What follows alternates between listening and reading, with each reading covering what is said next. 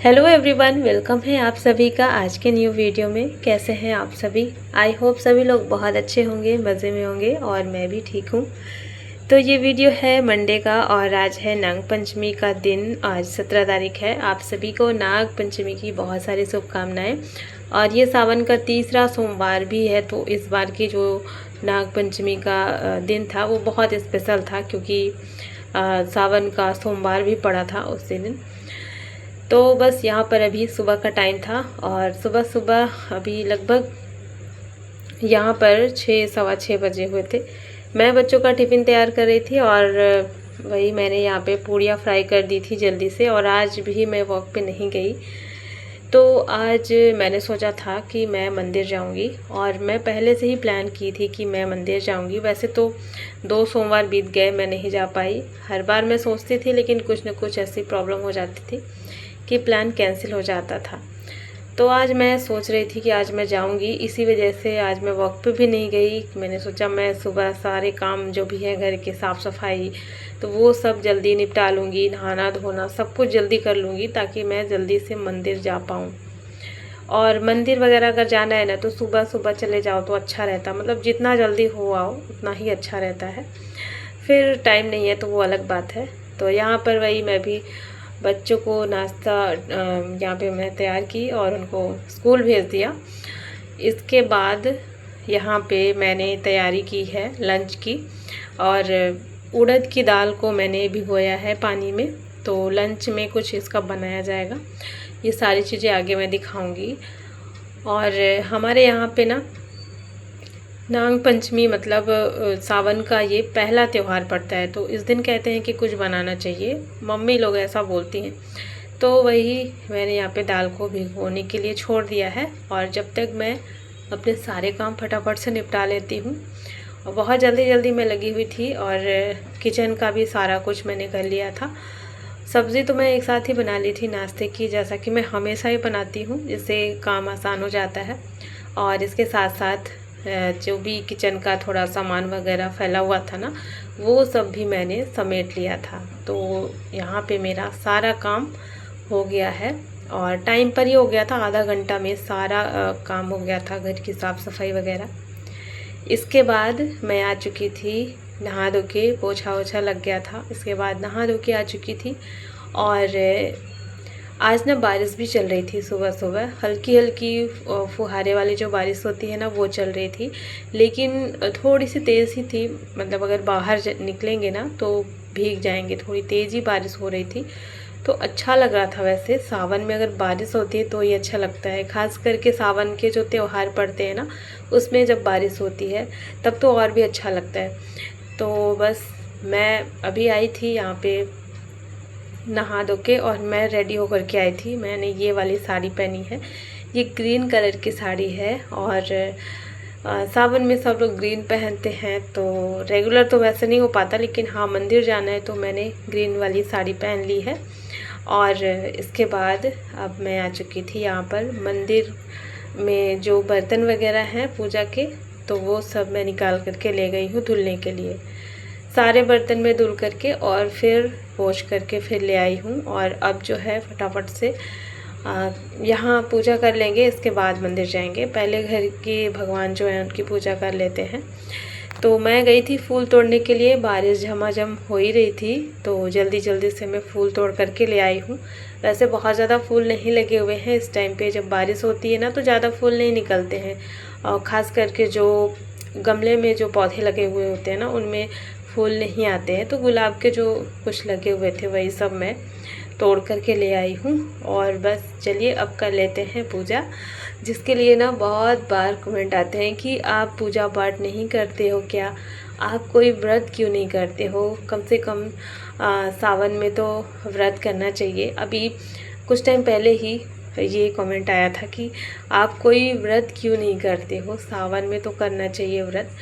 हाँ करना चाहिए, अच्छी बात है, लेकिन ये बात सही है कि मैं पूजा पाठ नहीं करती हूँ। हाँ उतना ज़्यादा नहीं करती हूँ जितना करना चाहिए, और जितना मैं हमेशा से करती आई हूँ ना उतना मैं करती हूँ।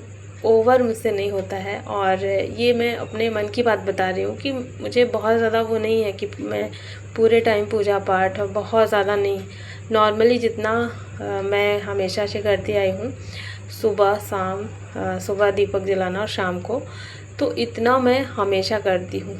और सुबह इतना जल्दीबाजी रहता है ना कि वीडियो शूट करने का बिल्कुल भी समय नहीं मिलता है, तो इस वजह से मैं ज़्यादा पूजा पाठ का वीडियो नहीं शेयर करती हूँ। और बाकी रेगुलर का जो नॉर्मल पूजा होती है वो मैं करती हूँ। हाँ, व्रत की बात है तो व्रत मैं ये सावन सोमवार वाला नहीं करती हूँ। इसके अलावा जो शादी के बाद व्रत वगैरह होते हैं, हरतालिका तीज, हमारे यहाँ पे 2-3 और एक्स्ट्रा होते हैं, जैसे कुछ बच्चों के लिए होता है ना, तो वो वाले व्रत तो वो मैं करती हूँ और कई बार शेयर भी किया है। लेकिन साल में ऐसे 4 से 5 ही व्रत हो पाते मेरे।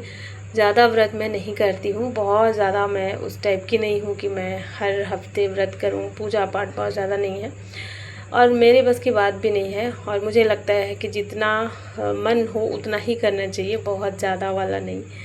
मेरी तो यही सोच है। तो बस यही मुझे बताना था, क्योंकि ये कमेंट ना मतलब कई बार अलग अलग लोग मुझे करते हैं कि आप पूजा पाठ नहीं करते हो क्या। ऐसा बिल्कुल भी नहीं है, पूजा पाठ मैं करती हूँ, जितना मुझे अच्छा लगता है उतना मैं करती हूँ। तो बस यहाँ पे पूजा हो गई थी और फिर इसके बाद मम्मी भी वहीं बैठी हुई थी मेरी। और फिर त्यौहार वाले दिन होता है ना, जैसे पैर छूना सबका घर में जो बड़े हैं। मैं यहाँ तक मतलब ये सारा काम मेरा हुआ। इसके बाद मैंने देखा कि बारिश बहुत तेज़ होने लगी थी, इतना तेज़ कि लग रहा था कि मैं भीग जाऊँगी, मंदिर जाऊँगी। तो फिर मैंने सोचा कि मैं ना यहाँ पे अभी चाय चढ़ा देती हूँ। और नाश्ता तो मैंने पहले ही तैयार कर दिया था हस्बैंड और सासू माँ के लिए, लेकिन फिर मैंने सोचा अभी टाइम है, जब तक मैं नहीं जा रही हूँ तब तक मैं चाय भी चढ़ा देती हूँ। तो ये था कि सारी तैयारी करके मंदिर जाऊंगी तो इन लोगों को कोई दिक्कत नहीं होगी, क्योंकि हस्बैंड को भी ऑफिस निकलना था। तो अगर मैं ना भी आ पाऊँ तो ये सारा काम उनका मैं करके गई थी। इसके बाद ना बारिश कम हो गई थी, फिर मैं गई और मंदिर से होकर के आई। वहाँ का वीडियो नहीं शूट किया क्योंकि हल्की हल्की बारिश ना चल ही रही थी और मैं स्कूटी से गई थी, तो बारिश में वो भी था ना कि फिर जल्दी जाओ फिर आओ, तो फ़ोन लेकर के मैं गई ही नहीं थी।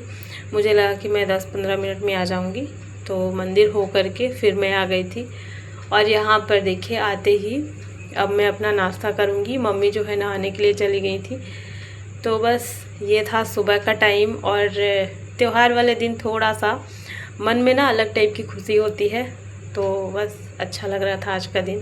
सावन का पहला त्यौहार था, तो नाग पंचमी तो बहुत लोग के यहाँ शायद अलग अलग तरीके से मनाते होंगे, पूजा पाठ वगैरह अलग अलग तरीके से होती होगी, लेकिन हमारे यहाँ पे बस ऐसे सिंपल ही होता है, मतलब बहुत ज़्यादा कुछ अलग नहीं होता है। बस ये मैंने सुना है बचपन से, और यहाँ भी मम्मी बोलती हैं कि सावन का पहला त्यौहार है तो कुछ बनना चाहिए घर में, मतलब सूखा सूखा नहीं होना चाहिए। जैसे कुछ फ्राइड बना लिया, तो इसी वजह से मैंने ना सुबह बच्चों के लिए पूरियाँ बना दी थी। मुझे लगा था कि मैं कुछ नहीं बनाऊंगी, तो मैंने सोचा मैं पूरियाँ फ्राई कर देती हूँ। तो जब कुछ नहीं बनाना होता है तो सिंपल सा वही रहता है कि पूरियाँ फ्राई कर देते हैं। लेकिन फिर जब मैं अभी आ गई थी मंदिर से, तो मेरे दिमाग में फिर चीज़ें चलने लगी कि मैं अब क्या क्या बना सकती हूँ इस टाइम पे, क्योंकि पूरा काम तो हो ही चुका था और टाइम काफ़ी ज़्यादा था मेरे पास। तो फिर मैं अपना चाय नाश्ता वगैरह की, स्प्राउट मैंने बनाया अपने लिए और फिर चाय पी। इसके बाद फिर मैं लग गई थी यहाँ पर लंच बनाने में। तो यहाँ पे दूध बॉईल करना ही था, तो मैंने सोचा कि मैं खीर बना देती हूँ, थोड़ा सा इसमें चावल ऐड कर देती हूँ तो ये खीर बन जाएगा। जितना दूध आया था पूरा इसमें मैंने थोड़ा सा, मतलब 1 मुट्ठी लगभग चावल डाल दिया था, और चावलों को हाथों से ना थोड़ा सा मैश कर दिया था, ताकि जो चावल के दाने हैं वो छोटे छोटे टुकड़े में हो जाएं, तो उसकी खीर ना ज़्यादा अच्छी बनती है। बहुत लोग को तो मैंने देखा है मिक्सी में थोड़ा सा चला देते हैं, एक सेकंड के लिए, मतलब 1 सेकंड से भी थोड़ा कम चला देते हैं, तो चावल जो है टूट जाते हैं, तो उसकी खीर और भी अच्छी बनती है।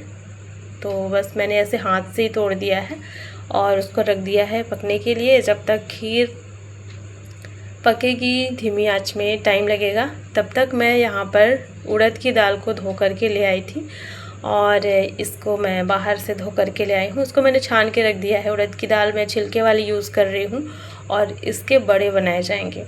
तो बड़े बनाने के लिए ये जो छिलके वाली दाल होती है ना, इसका यूज़ करते हैं तो बड़े ज़्यादा टेस्टी बनते हैं, क्योंकि इसमें जो थोड़ा थोड़ा सा छिलका रह जाता है ना, तो उसका टेस्ट अलग ही आता है।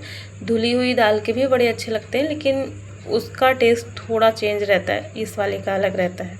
तो मैं इसी वाले से बनाती हूँ। धुली वाली जो है ना, वो मैं इडली और डोसा बनाने के लिए मंगाती हूँ।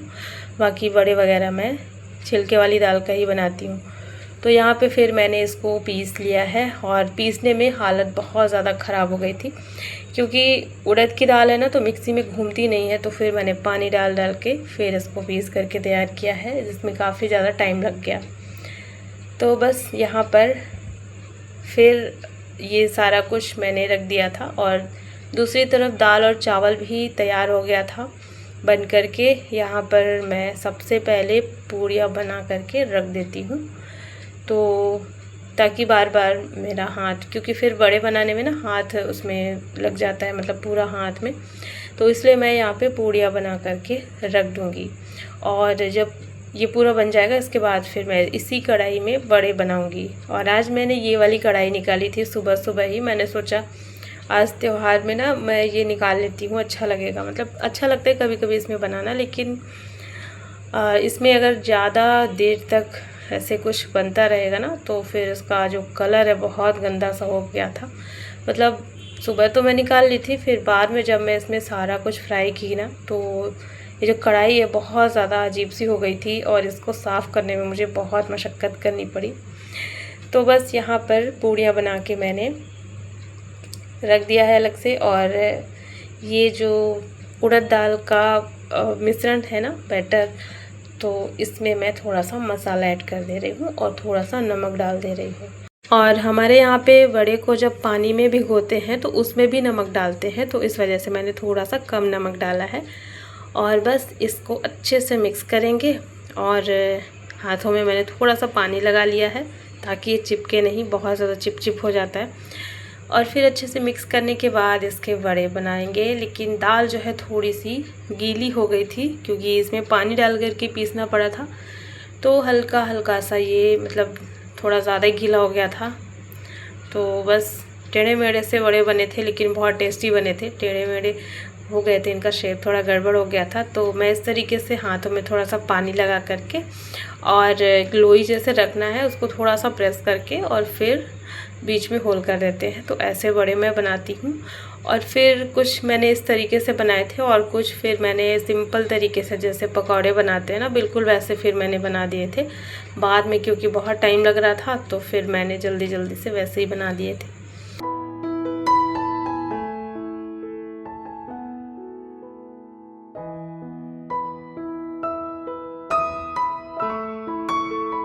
तो बस यहाँ पर बड़े इस तरीके से मैंने बना लिए थे, और देख सकते हैं कढ़ाई की जो हालत है ना, बहुत ज़्यादा ख़राब हो गई है। तो मतलब पहले मुझे पता होता ना तो मैं बड़ी कढ़ाई निकालती, तो मैंने इसी में सारा कुछ फ्राई कर लिया था। बस मैं तेल को चेंज कर देती थी, और इसके बाद ही सारी चीज़ें फ्राई की थी। तो ये जो बड़े हैं ना, इसको मैंने सरसों के तेल में फ्राई किया है, और बस इसी तरीके से बना करके मैं निकाल लूँगी। और कुछ मैंने पानी में भिगोने के लिए छोड़ दिया था, तो वैसे तो 5 मिनट में भीग जाता है। पानी में थोड़ा सा नमक डाल दिया था, तो उससे क्या होता है कि इसका जो ऑयल है ना, जैसे फ्राई किया हुआ ऑयल इसमें लगा रहता है, तो वो पानी में निकल जाता है। तो वो थोड़ा ज़्यादा नुकसान नहीं करता, और साथ ही साथ अच्छा भी लगता है। हम लोग खाते हैं तो अच्छा लगता है, और उसको फिर दही के साथ में भी खा सकते हैं। तो बड़े बनाने का ये होता है कि उसको आप किसी तरीके से भी खा सकते हैं। तो बस यहाँ पर बन चुके हैं बड़े, और आज नागपंचमी में मैंने ये बनाया। और आप लोग बताइएगा, आप लोग के यहाँ ऐसा होता है कि नहीं, त्यौहार के दिन ये सब बनता है कि नहीं। और देखिए तैयार हो गया है मेरा लंच, खीर, दाल चावल सब्ज़ी और पूड़ी, साथ में ये बड़े। तो अभी हो गया है दोपहर का टाइम, और चलिए आज का व्लॉग मैं यहीं पे एंड करती हूँ। आई होप सभी को पसंद आया होगा, और वीडियो को लाइक कर देना। चैनल पे अगर नए हो तो चैनल को भी सब्सक्राइब जरूर कर देना। मिलती हूँ आपसे एक नए व्लॉग में। Thanks for watching, bye bye, take care.